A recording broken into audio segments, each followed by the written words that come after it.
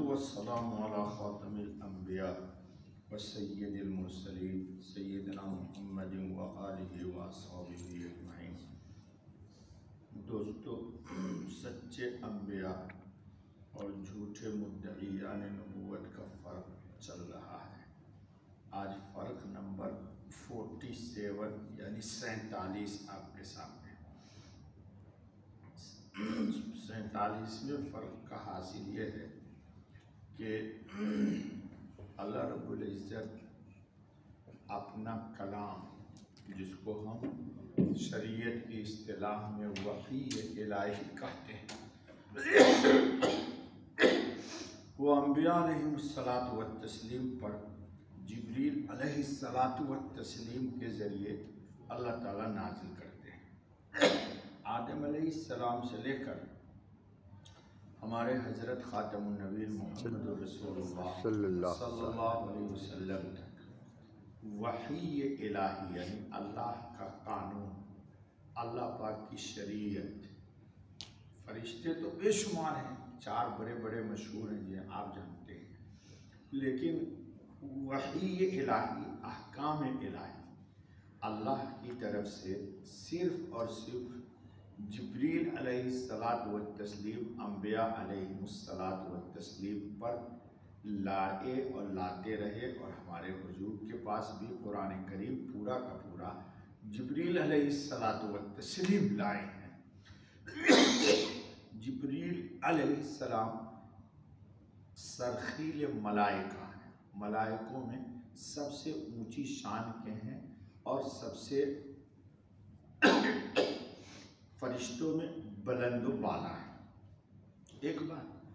दूसरी बात ये कि अल्लाह जब वही नाजिल करता है अंबिया पर, तो वही के अल्फाज के साथ साथ वही में अल्लाह की मुराद क्या है, उस वही के अंदर यानी वो जो अल्लाह ने कलाम नाजिल किया है, उस कलाम का क्या मफ़हूम है, क्या मतलब है, उससे क्या मुराद है, अल्लाह क्या चाहते हैं उस कलाम में बंदे से, और बंदा उस काम को कर दे तो अल्लाह क्या कुछ अता करेंगे।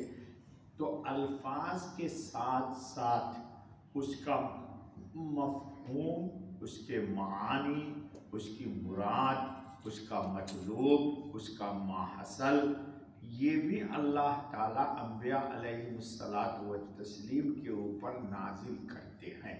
ये बात लिख लीजिए, 2 बुनियादी उसूल। ऐसा कभी नहीं हुआ कि अल्लाह ने कोई वही किसी नबी पे नाजिल किया हो और उस नबी ने उस वही का मफ़हूम नहीं समझा और किसी से पूछा हो थर्ड पार्टी से, भाई ये जो हम पर वही आई है इसका क्या मतलब है। नबी किसी से वही का मतलब नहीं पूछता, क्योंकि वही अल्लाह नाजिल करता है। वही का मफ़हूम, वही का माना, उसका मतलब, उसकी मुराद, ये अल्लाह ताला लफ्ज़ के साथ साथ, हुरूफ के साथ साथ मानी भी नबी के क़ल्ब पर नाजिल करता है। ये तो बात आपको समझ में आ गई। हमारा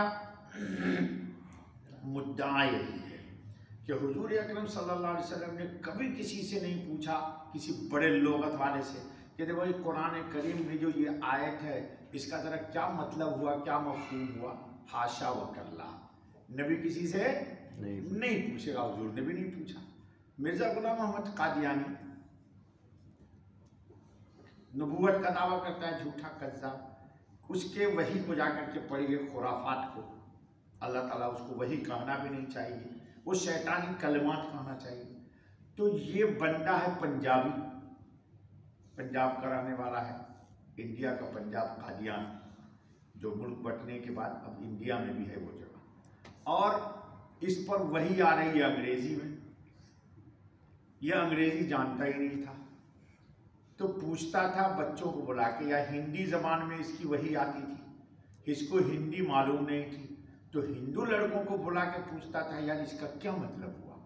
अब बताओ ये कितना बड़ा बुद्धू है कि कहता है कि मैं नबी हूँ جھوٹا استغفراللہ آمنت باللہ، جھوٹے پر اللہ کی لعنت، اور جو الفاظ اس پر شیطان القا کرتا تھا اور بتاتا تھا اس کا مفہوم اس کو پتہ ہی نہیں.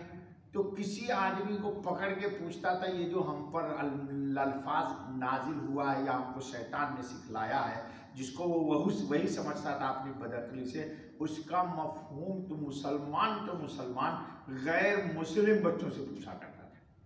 اور اس کے پاس وہی لانے والا دو شیطان تھا، ایک کا نام تھا درشنی اور ایک کا نام تھا ٹیچی. جا کے کتاب میں جا کر کے پڑھو حوالہ، میں نے ایک دن بتایا تھا. اس کے پاس جو شیطان لاتا تھا نا یہ سب، جس کو وہ وہی سمجھتا تھا، اس کا نام ہے ٹیچی جی. اور ایک لڑکی تھی شیطان جس کا نام تھا درشنی. نام سنے جو نہیں؟ اب بتاؤ. تو یہ اپنی وحی کو بھی نہیں سمجھتا تھا جو اس کو شیطان سکھلاتا تھا، اور اس کے معنی کو بھی نہیں معلوم تھا، تو دوسروں سے پوچھا کرتا تھا.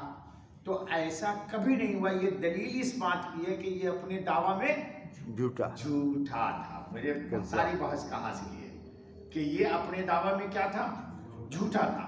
کیونکہ قرآن کریم میں اللہ تعالیٰ نے کہا ہے نبی پاک صلی اللہ علیہ وسلم کو، ان علینا بیان، اے میرے نبی صلی اللہ علیہ وسلم آپ پر میں قرآن نازل کرتا ہوں اور اس قرآن کو آپ کی زبان پر پڑھواؤں گا بھی میں. ثم ان علینا بیان، اور اس کا مفہوم معنی کیا ہے یہ بھی میں آپ کو سکھاؤں گا.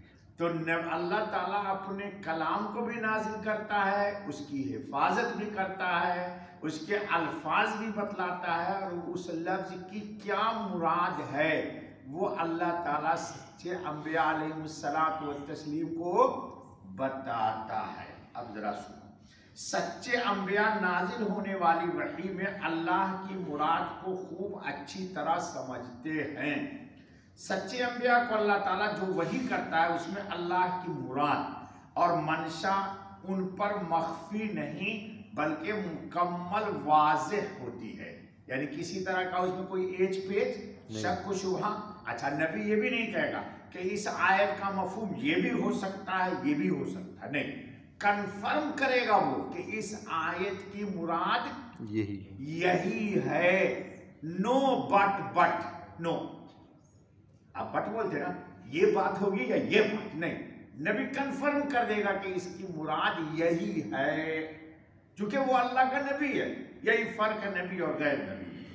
جبکہ مرزا غلام احمد قادیانی اپنے آنے والے جھوٹے کلمات کے مفہوم کو سمجھنے کے لیے ہندو لڑکوں اور اپنے مریدوں کا محتاج تھا. انگریزی میں آتی ہے اس کے اوپر کلمات، تو انگریزی دانے والے بچے کو بلاتا، بیٹا مجھ پر ابھی یہ القا ہوا ہے، شیطان نے یہ الفاظ بتائے، اس کا کیا مفہوم ہے؟ تو وہ لڑکا بتاتا کہ اس کا یہ مفہوم ہے، اور اس کی وحی کو جا کر کے پڑھو. انگریزی بھی اوٹ پٹان. وہ 5ویں کلاس کا آج انگلش میڈیم کا بچہ ہوتا ہے نا، تو وہ بھی اس کو کہتا ہے یہ اول نمبر کا بدھو ہے، وہ بھی صحیح نہیں ہے. اور ہندی میں تھا پنجابی. اور ایک بات یاد رکھو، انشاءاللہ فرق میں آئے گا. نبی جس قوم کا ہوتا ہے اسی قوم کی زبان میں اللہ اس پر وحی نازل کرتے ہیں. جیسے ہمارے نبی حضرت صلی اللہ علیہ وسلم عرب ہیں، تو قرآن نے کہا دیا بلسان عربی مبین، ہم نے آپ پر عربی میں ہی قرآن کریم نازل کیا. سمجھ گئے دوستو؟ اللہ تعالیٰ ہم سب کو سچا اور پکا صحیح عقیدہ عطا فرمائے. بس بابا بس 10 منٹ ہو گئے بابا جی؟ 9 منٹ. چلو کوئی بات، 1 منٹ ڈسکاؤنٹ ہے. اچھا